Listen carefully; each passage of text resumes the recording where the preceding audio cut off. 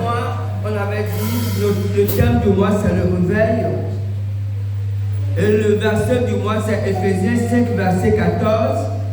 C'est pour cela qu'il est dit, réveille-toi, toi qui dors, relève-toi d'entre les morts et Christ t'éclairera. Ce matin, notre thème de ce matin, c'est les ingrédients du réveil. Les ingrédients du réveil. Je lis Acte 2, verset 1 à 8 et après le verset 14 à 17. Acte 2, verset 1 à 8. Le jour de la Pentecôte, ils étaient tous ensemble dans le même lieu. Tout à coup, il vint du ciel un bruit comme celui d'un vent impétueux et il remplit toute la maison où ils étaient assis. Des langues semblables à des langues de feu leur apparurent séparées les unes des autres et se posèrent sur chacun d'eux. Ils furent tous remplis du Saint-Esprit et ceux qui ont parlé en d'autres langues selon que l'Esprit leur donnait de s'exprimer. Or, il y avait en ce jour à Jérusalem des Juifs, hommes pieux de toutes les nations qui sont sous les cieux. Au bruit qui eut lieu, la multitude accourut et elle fut confondue parce que chacun les entendait parler dans sa propre langue. Ils étaient tous dans l'étonnement et la surprise et ils se disaient les uns aux autres, voici ces gens qui parlent, ne sont-ils pas tous galiléens? Et comment les entendons-nous dans notre propre langue, à chacun selon notre langue maternelle? Verset 14 à 17. Alors Pierre se présentant avec les 11 éleva la voix et leur parla en ces termes. Hommes juifs et vous tous qui séjournez à Jérusalem, sachez ceci et prêtez l'oreille à mes paroles. Ces gens ne sont pas ivres comme vous le supposez, car c'est la 3e heure du jour. C'est ici ce qui a été écrit par le prophète Joël. Dans les derniers jours du Dieu, je répandrai de mon esprit sur toute chair. Vos fils et vos filles prophétiseront, vos jeunes gens auront des visions et vos vieillards auront des songes. Amen. Ce chapitre 2 des Actes des Apôtres décrit à merveille à quoi ressemble un réveil spirituel. Le réveil spirituel est un grand bouleversement dans la cité. Pour ceux qui ont connu le réveil des années 80 de Béthanie, ils savent de quoi je parle. Il se produit beaucoup de miracles, de produits d'espèces rares. Les gens sont saisis de conviction. Vous savez, pendant cette période, on n'a pas trop besoin de prêcher, de supplier les gens, comme on le fait souvent. Parce qu'en temps normal, on supplie les gens de venir à l'église. Mais en temps de réveil, les gens accourent eux-mêmes à l'église. Parce que le Saint-Esprit les convainc de péché. Les gens viennent confesser leurs péchés et beaucoup abandonnent la vie qu'ils avaient avant. Comprenez? Voilà ce qui définit le réveil. Et dans ce réveil, la Bible dit tout à coup. Pourquoi tout à coup? Parce que personne ne peut décider du temps d'un réveil. C'est Dieu seul qui décide du temps d'un réveil. À un moment donné, le réveil éclate. Et les gens sont surpris de voir ce qui se passe. Les miracles, certains commencent à pleurer sérieusement parce qu'ils se voient dans le péché. Mais comme personne ne peut dire du temps de réveil, la seule chose que les chrétiens peuvent faire et doivent faire, c'est au moins préparer le chemin, préparer le terrain du réveil. Et pour préparer un terrain du réveil, pour rendre le réveil possible dans une cité, dans une localité, il faut 4 choses. Les chrétiens doivent faire 4 choses. Et c'est ça que nous allons voir, les 4 choses qui favorisent l'arrivée d'un réveil dans une cité. Amen. La première chose, c'est la sanctification. Le premier ingrédient essentiel pour qu'un réveil éclate dans une église, dans la vie de quelqu'un, dans une cité, c'est la sanctification.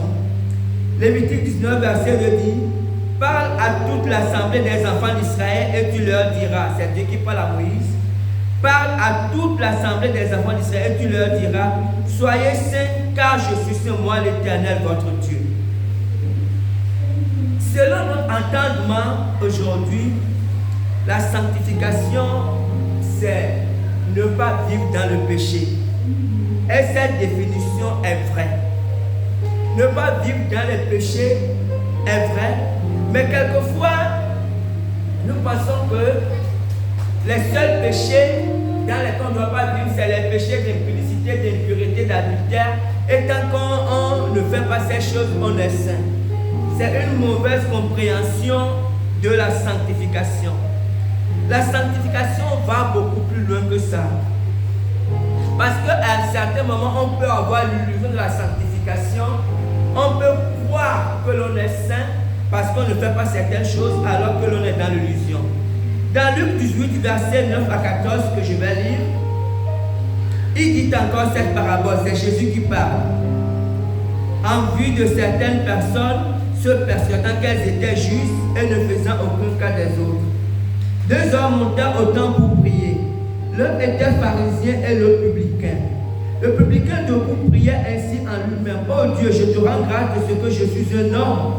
Je ne suis pas comme le reste des hommes, qui sont ravisseurs, injustes, adultères ou même comme ce publicain. Je jeûne 2 fois par semaine, je donne la dîme de tous mes revenus. Le publicain se tenant à distance n'osait même pas lever les yeux au ciel, mais il se frappait la poitrine en disant: oh Dieu, sois apaisé envers moi, qui suis un pécheur. Je vous le dis, celui-ci descendit dans sa maison justifié plutôt que l'autre, car quiconque s'élève sera abaissé et celui qui s'abaisse sera élevé. Vous voyez, dans ce passage biblique, Jésus ne dit pas que le publicain et que le pharisien mentait. Parce que le pharisien énumérait les choses qu'il faisait. Il jeûnait 2 fois par semaine, il donnait la dîme, il n'était pas, lui-même il a dit, il n'était pas comme les autres hommes, ravisseurs, injustes. Il faisait tout pour être correct devant Dieu. Et comme il faisait tout pour être correct devant Dieu, il était persuadé qu'il était correct devant Dieu et il le disait même à Dieu: je te rends grâce parce que je suis comme ci, je suis comme ça. Et Jésus montre que non. En fait, vous savez, la véritable sanctification, c'est le fait de vivre dans l'intimité de Dieu. Et c'est ce que ce publicain a manifesté. Le publicain, on ne connaît pas la vie qu'il avait. Mais lorsqu'il était en présence de Dieu, il reconnaissait qu'il était pécheur. Il reconnaissait qu'il y avait sûrement encore des choses dans sa vie. Sûrement encore des choses à parfaire. Sûrement encore des péchés à enlever. Sûrement encore des chemins à parcourir pour la sanctification, pour être agréable à Dieu. Et je ne sais pas, Jésus a dit que le publicain est parti dans sa maison, approuvé par Dieu, alors que le pharisien est reparti comme il est venu, satisfait de son état. Donc nous devons comprendre que la sanctification est une marche. Plus on est proche de Dieu, plus on doit chercher la présence de Dieu. Et c'est ce que Moïse fait. La Bible dit que lorsque Moïse passait du temps avec Dieu, et lorsqu'il revenait de la montagne, son visage brillait. Parce que la gloire de Dieu, vous comprenez, se manifestait dans la vie de Moïse. Amen. La deuxième chose qu'il faut pour préparer le terrain du réveil, c'est la consécration. Nombre 3, verset 13. C'est Dieu qui parle. Car tout premier-né m'appartient. Le jour où j'ai frappé tous les premiers-nés dans le pays d'Égypte, je me suis consacré tous les premiers-nés en Israël. Tant des hommes que des animaux, ils m'appartiennent, je suis l'Éternel. Amen. Ici, Dieu rappelle un fait à Moïse. Lorsque Dieu a délivré Israël de l'Égypte, Dieu a dû frapper tous les premiers-nés du pays d'Égypte. Tout premier-né dans le camp des Égyptiens était mort, aussi bien des hommes que des animaux. Mais dans le camp d'Israël, il n'y avait eu aucun décès, comprenez. Mais ce que le peuple de Dieu ne savait pas, lorsque Dieu frappait les premiers-nés dans l'autre camp, en fait Dieu se consacrait tous les premiers-nés dans le camp d'Israël.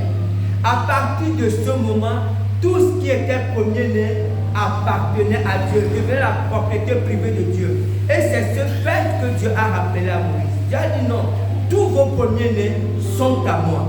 Et lorsque Dieu a donné après la loi à Moïse, c'est pour ça que Dieu a mis à part les Lévites. Parce que comme c'était compliqué d'arracher à chaque famille son premier-né. C'est que lorsque tu fais un enfant premier, Dieu le prenait pour son service. Sur le plan pratique, c'était très compliqué. Dieu a dit, bon, ce que je vais faire, je vais mettre de côté une tribu, la tribu de Lévi, qui est devenue, Dieu dit, à la place des premiers-nés qui m'appartiennent. Et si vous voyez dans l'Ancien Testament, cette tribu était dédiée, c'était des gens qui ne travaillaient pas, ils étaient consacrés au service de Dieu. Vous comprenez? Donc c'est pour dire que la consécration, vous savez, ce n'est pas le fait de passer sa vie à l'église. Encore que ce n'est pas mauvais de passer sa vie à l'église si c'est Dieu qui nous le dit. Et ce n'est pas le fait, parce que nous, ce que nous faisons aussi souvent, quand on consacre quelqu'un, pasteur, docteur, prophète, on dit que c'est un consacré. Ce n'est pas faux, mais ça peut être aussi faux. Parce que la consécration va au-delà de ça. C'est vrai que lorsqu'on consacre pour quelqu'un, on lui dit maintenant, on l'a prié pour lui pour qu'il passe sa vie à l'église. Mais la vraie consécration que Dieu cherche vient du cœur. La consécration, c'est soumettre sa volonté à la volonté de Dieu. La consécration, c'est renoncer à ses rêves pour les rêves de Dieu. La conséquence, c'est renoncer à ses droits pour les droits de Dieu. Vous comprenez?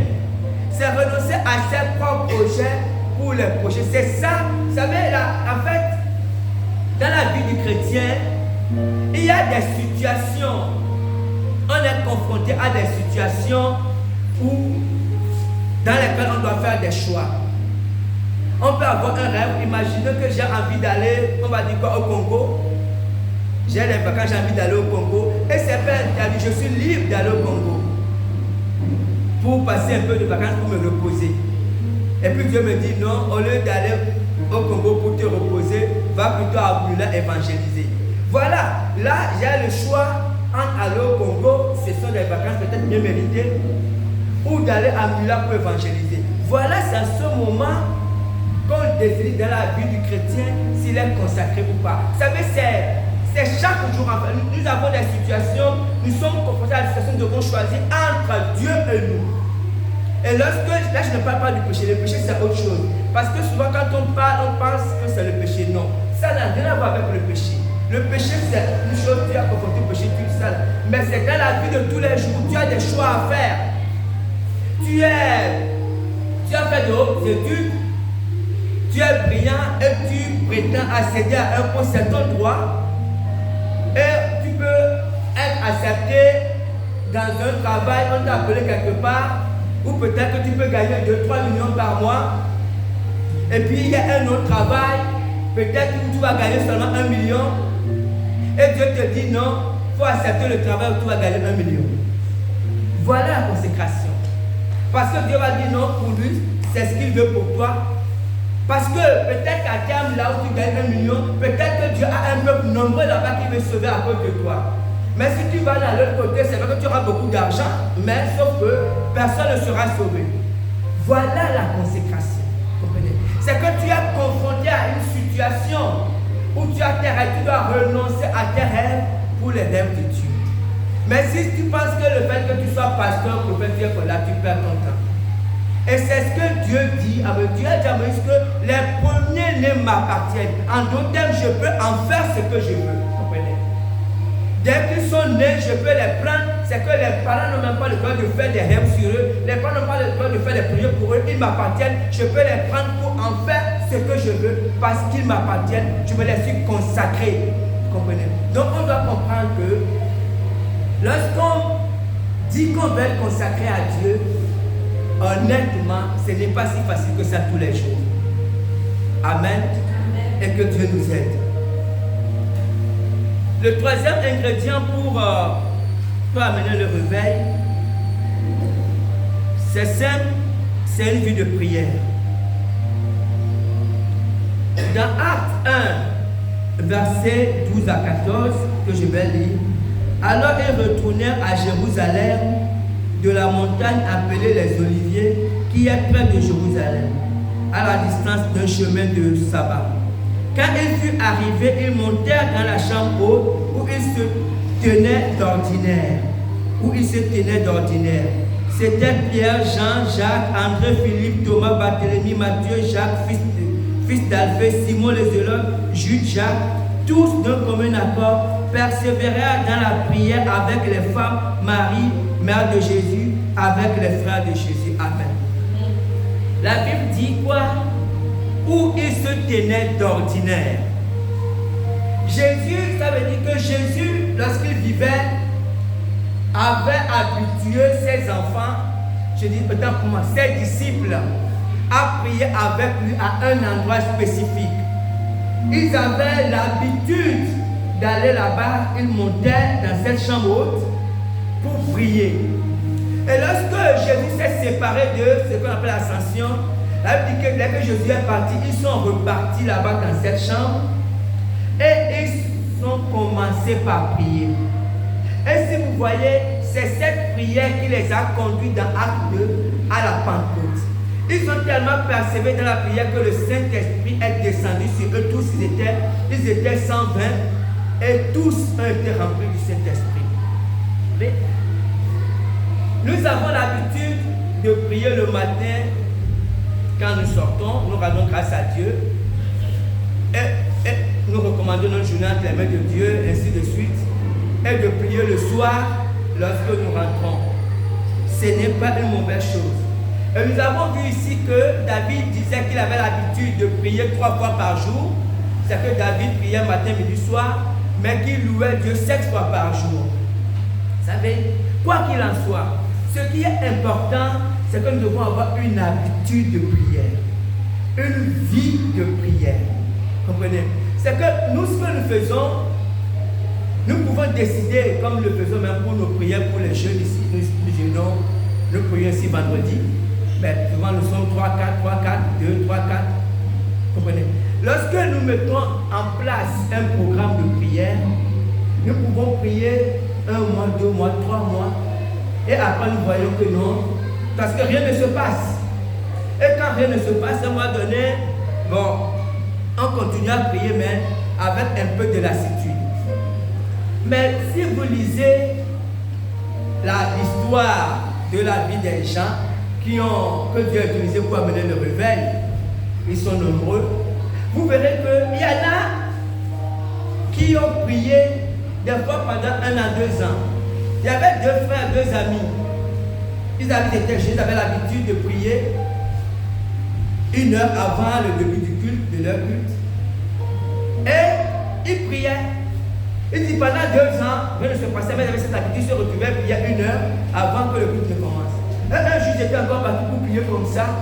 Et ils ne savent pas ce qui s'est passé. Ce jour-là était un autre jour. Parce que Dieu est descendu puissamment sur les deux. L'un est tombé par terre en train de pleurer. L'autre n'est pas tombé par terre, mais il a commencé à parler en langue. Et quand ils sont sortis de là, c'était 2 jeunes. Il y avait un qui était fils du pasteur, l'autre était son ami. Ils ont changé toute la vie. Et le père qui est pasteur, il a reconnu que Dieu utilisait les jeunes. Il leur a confié un culte à part. Et les jeunes, et toute la ville a été embrasée. Parce que 2 jeunes gens ont pris sur eux de prier 1 heure et ils ont quand même fait ça pendant 2 ans. Vous comprenez? Parce que lorsque, vous savez, des fois même par rapport à nos problèmes, nos soucis, tu vois, lorsque nous commençons à prier un moment et que Dieu ne veut pas, nous disons que Dieu n'entend pas, que Dieu ne réagit pas. Mais quelquefois Dieu nous laisse, Dieu me voit si nous sommes déterminés dans ce que nous faisons. Et lorsque Dieu voit que nous sommes déterminés, et que nous ne prions pas forcément pour chercher quelque chose, à un moment donné, Dieu éclate sa gloire. Comprenez? Nous devons comprendre que la prière est un élément essentiel, d'abord pour notre propre vie. Lorsque nous mettons en place un programme de prière, même chez nous, si nous décidons de prier, je ne sais pas moi, à 4 h du matin, pour ceux qui le font à 2 h, à 18 h, à 20 h, chacun définit comme il veut son temps de prière. Mais lorsque nous définissons un programme de prière, essayez de respecter. Vous savez, ne nous mettons pas les contraintes. Ne te décide pas dire que à partir d'aujourd'hui, je vais prier tous les matins à 4 h du matin pendant 1 heure. Non. Il ne faut pas commencer avec des choses compliquées. Si tu veux, tu peux demander à Dieu, Seigneur, aide-moi à trouver un temps, même 15 minutes. Tu vois ta journée, si c'est à 18 h que tu es plus libre, si c'est à 15 h que tu es plus libre, si c'est à midi, si Seigneur, donne-moi un temps où je pourrais passer un peu de temps. Même 15 minutes, c'est bon. Mais ce qu'il faut seulement, il faut être régulier dans ce programme avec Dieu. Vous savez, à la longue, ça devient comme un rendez-vous avec Dieu. Maintenant, si tu es fidèle dans ce programme, tu vas te rendre compte qu'au lieu de 15 minutes que tu as demandé à Dieu, tu seras étonné de voir que tu fais 30 minutes sans être fatigué. Et puis après, tu vas faire une séance fatiguée. Dieu, c'est parce que l'amitié ou la relation que tu développes avec Dieu va devenir sucrée. Et quand tu vas entrer dans la présence de Dieu, tu vas plus te rendre compte que tu y passes beaucoup de temps. Vous comprenez? Et quand ces choses se passent au fur et à mesure, tu verras aussi que ta vie est en train de changer. Donc la prière est un élément essentiel. C'est pour ça que Jésus, quand il vivait, il avait habitué ses disciples à la prière. Les disciples le voyaient prier. Ils le voyaient prier. Jésus avait quelques le matin, Jésus allait prier. Et il s'était rendu compte que Jésus priait beaucoup avec puissance. Et après, ils ont dit, Seigneur, apprends-nous à prier. Parce qu'ils ont voulu être comme Jésus. Ils ont voulu faire comme Jésus. Et quand Jésus est parti, la première chose qu'ils ont fait, ils se sont tous retirés ensemble et ils ont commencé à prier jusqu'à ce que le feu descende. Amen. Amen. Et la dernière chose, on va terminer avec ça, on ne sera pas long ce matin, c'est la méditation de la Bible. Vous savez, Dieu vient de parler de prière, mais je vais le surprendre.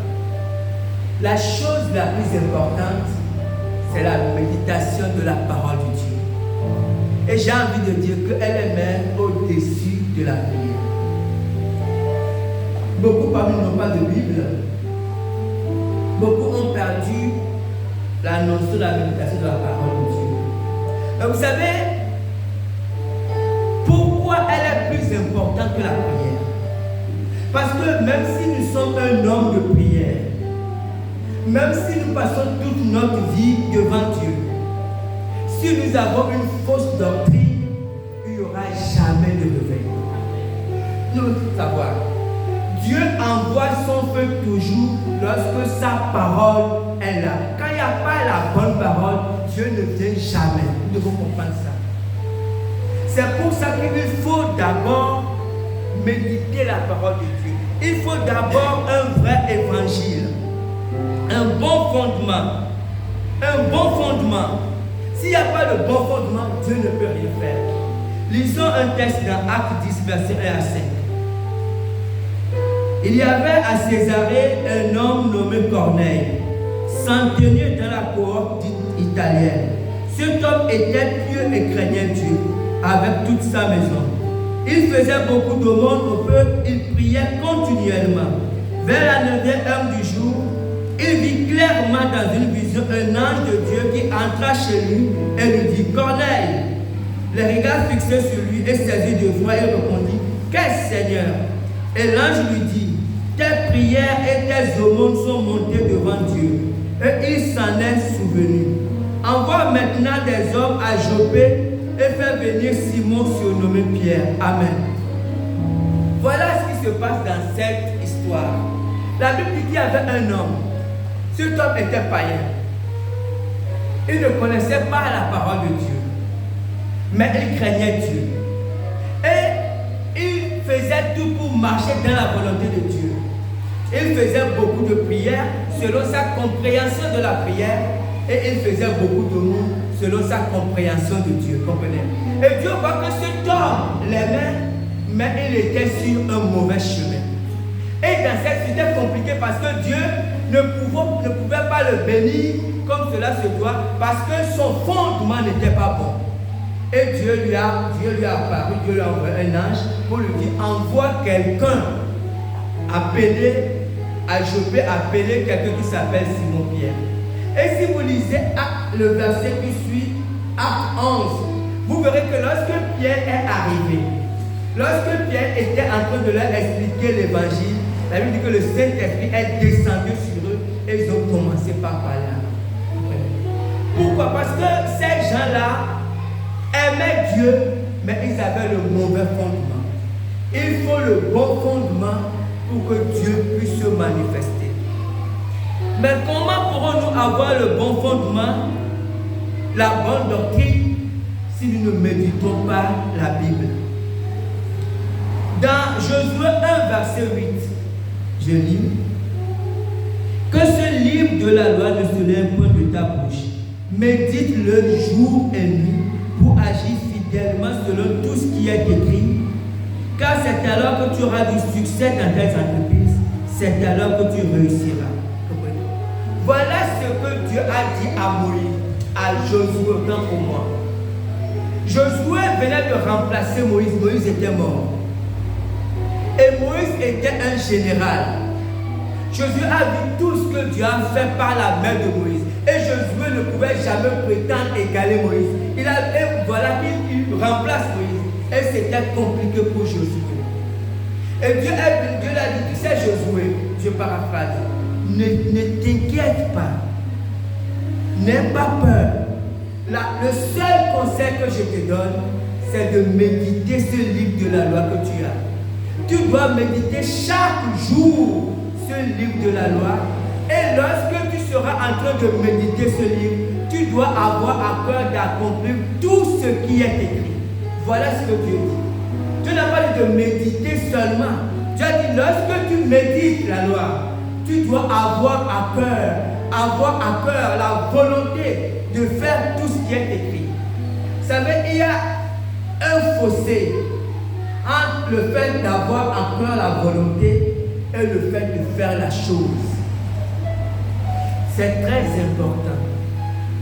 Dieu connaît la volonté que nous avons dans nos cœurs de vouloir le servir et Dieu connaît la capacité que nous avons pour faire les choses. Jésus a dit dans Jacques, il a dit, car sans moi, vous ne pouvez rien faire. Donc, lorsque nous sommes en train de lire la Bible, à la limite, ce qui est important pour Dieu à cet instant, ce n'est pas que nous sortions de la Bible, que nous sommes en train d'accomplir des choses. Ce n'est pas ce qui est important pour Dieu. Lorsque nous sommes en train de méditer, Dieu veut voir ce qui est dans notre cœur. Est-ce que nous sommes d'accord avec ce que Dieu dit? C'est ce qui est important pour Dieu. Parce que c'est lorsque nous sommes d'accord avec ce que Dieu dit, lorsque nous disons que c'est la parole de Dieu, c'est ce qui transforme nos cœurs. Lorsque tu es devant la parole de Dieu, tu es en train de lire un verset et la Bible te dit de pardonner. Là où Jésus a dit pardonne 7 fois et tu te rappelles de quelqu'un qui t'a fait du mal, tu fermes ta Bible. Là tu es passé à côté. Parce que lorsque tu lis cette parole te montre que tu es dans cette situation et que tu dois pardonner à quelqu'un. Et là, tu es face à deux choix. Ou tu acceptes la parole de Dieu, ou tu rejettes la parole de Dieu. Mais quand tu acceptes la parole, ça se passe comment? Sur le plan pratique. Ça ne veut pas dire que dès que tu acceptes, tu vas te lever le matin, tu vas voir, tu vas dire, alors voisin, toi qui m'as insulté. Non, ça ne se passe pas parce que tu ne peux même pas faire ça. Tu comprends? Le fait d'accepter, tu comprends, c'est que tu dis, Seigneur, c'est ta parole. Tu acceptes de faire ce que Dieu a dit de faire. Maintenant, entre le fait d'accepter et le fait de faire, il y a un fossé. Parce que quand tu acceptes, la deuxième étape, tu vas te prosterner devant Dieu. Seigneur, voici ta parole. Tu me demandes de pardonner à un tel qui m'a fait beaucoup de mal. Et tu vois mon cœur, Seigneur éternel. Tu sais que j'ai envie de pardonner. Tu sais que j'ai envie de me réconcilier. Mais tu sais que cela est au-delà de mes forces. Voilà la démarche du chrétien. Seigneur, j'ai besoin de ta grâce pour pardonner à cette personne. Parce que je veux faire ta volonté. Et Dieu, votre Dieu, sait que tu veux faire sa volonté. Et tu peux prier comme ça. Quand tu sors du chantier, c'est un voisin, tu sors du chantier, tu vois le voisin, tu tournes le dos. Pourquoi? Ce n'est pas que Dieu n'a pas entendu ta prière. Tu es dans un processus. Dieu a entendu ce que tu fais dans ton cœur. Mais pour le moment, sur le plan pratique, c'est encore au-delà de tes forces. Et Dieu voit, et Dieu connaît. Et Dieu te donne le temps. Et tu dois continuer dans ce processus. Tu ne dois pas dire non, ce voisin, il est trop mauvais, qu'il soit trop mauvais, qu'il soit trop méchant. Ça, c'est son affaire avec Dieu. Dieu te dit de pardonner. Et tu es dans ce processus difficile. Je n'ai pas dit que c'est facile. Mais tu vas devant Dieu, Seigneur. Tu vois cette situation qui est compliquée. Je t'en supplie.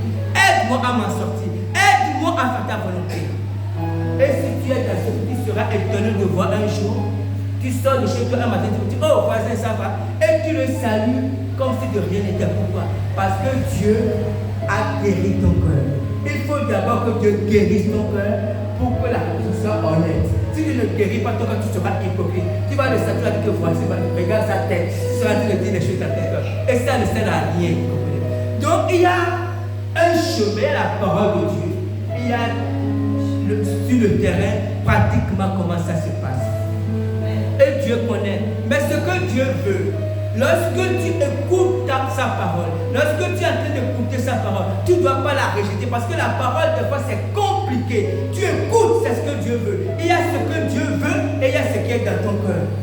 Et c'est là, s'il n'y a pas de combat dans ton cœur, c'est qu'il y a un problème. Ou c'est peut-être que tu es parfait. Comprenez? Si en écoutant la parole de Dieu, imaginez pendant une semaine, pendant un mois, pendant une année, et tu n'as aucun combat dans ton cœur, gloire à Dieu, tu es parfait et que Dieu te bénisse. Parce que tu auras des combats dans ton cœur. Parce que, quel que soit ton niveau, Dieu veut que tu fasses davantage. Et tu auras des combats. Mais ces combats, tu dois les apporter devant Dieu. Tu dois les apporter devant Dieu pour que Dieu transforme ces combats en victoire. Amen. Amen. Et ce n'est pas facile. La vraie vie chrétienne est un combat. Lisons autre chose. On a lu Josué. Lisons Matthieu 11, verset 15. Jésus a dit que celui qui a des oreilles pour entendre, entende. Que celui qui a des oreilles pour entendre, entende. Vous comprenez? Parce qu'il y a une différence. C'est là où la langue française est extraordinaire. Bon, cette langue vient du grec. Donc dans le grec, c'était déjà ce que je voulais dire. Vous savez, dans ces langues latines-là, il y a une différence entre écouter et entendre. Jésus n'a pas dit que celui qui a écouté. Bon, on va d'abord voir le dictionnaire. Le dictionnaire définit, on va voir les deux. Le dictionnaire, mais entendre signifie percevoir, saisir par l'intelligence, comprendre. C'est ce que le Seigneur dit du verbe entendre. Et pour le verbe écouter, il dit être attentif à un bruit, à un son, à de la musique, aux paroles de quelqu'un, etc., etc. Ça veut dire qu'on peut être attentif à un bruit. Ça veut dire qu'on peut écouter sans entendre. Ça veut dire qu'on peut écouter sans comprendre. C'est pas que je dis que celui qui a des oreilles entende, en d'autres termes, comprenne. Comprenez? C'est comme ce matin, nous sommes à l'église et nous écoutons beaucoup de choses. Là, nous sommes en train d'écouter la prédication. Mais nous pouvons écouter sans entendre, comprenez? Nous pouvons écouter et puis quand nous rentrons chez nous, nous oublions tout. Et pourtant nous avons écouté, et nous n'avons rien entendu, et nous n'avons rien compris. Nous devons demander au Seigneur de nous faire grâce. Lorsque nous sommes face à sa parole, que ce soit à l'église, que ce soit chez nous, d'entendre, de comprendre et d'être décidé à pratiquer. C'est fondamental.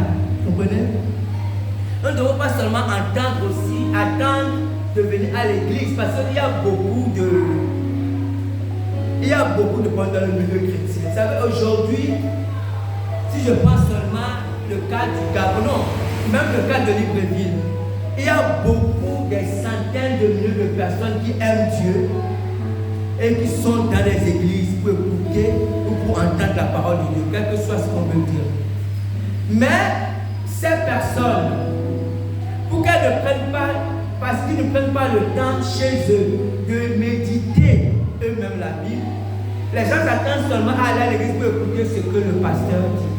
Et lorsque le pasteur dit des choses qui ne sont pas forcément bibliques, ces gens-là prennent ça, comme ça vient du pasteur, c'est que c'est la parole de Dieu. Et ça fait que beaucoup de personnes, beaucoup de gens qui aiment Dieu sont dans l'erreur parce qu'ils ne prennent pas le temps chez eux-mêmes, de méditer la parole de Dieu pour comprendre la volonté de Dieu. Ce n'est pas... Le pasteur peut faire des erreurs. Comprenez? Le pasteur peut se tromper. Mais c'est à chacun de faire, comme la Bible dit, d'examiner toutes choses et de retenir ce qui est bien. Donc nous devons faire l'effort. Pour ceux qui n'ont pas encore de Bible, je ne parle pas de Bible électronique. Il y a des Bibles électroniques, c'est une bénédiction, c'est pas mauvais. Ça permet pour que nous soyons de lire la parole de Dieu. Mais ceux qui n'ont pas de Bible, je dis Bible papier, ils doivent se rapprocher de Maman Livia. Je dirais que ceux qui ont besoin, parce qu'on ne peut pas en avoir besoin. Et avec on va voir si on peut acheter peut-être une Bible par mois. Parce qu'il vous faut avoir des Bibles. Vous ne pouvez pas lire la Bible si vous n'en avez pas. Il vous faut lire la Bible régulièrement, en fait tous les jours, afin d'être enseigné directement par Dieu. Et lorsque vous êtes enseigné directement par Dieu, lorsque le pasteur vient ajouter le peuple de Dieu, là vous serez tranquille. Amen. Amen. Et que Dieu bénisse sa parole.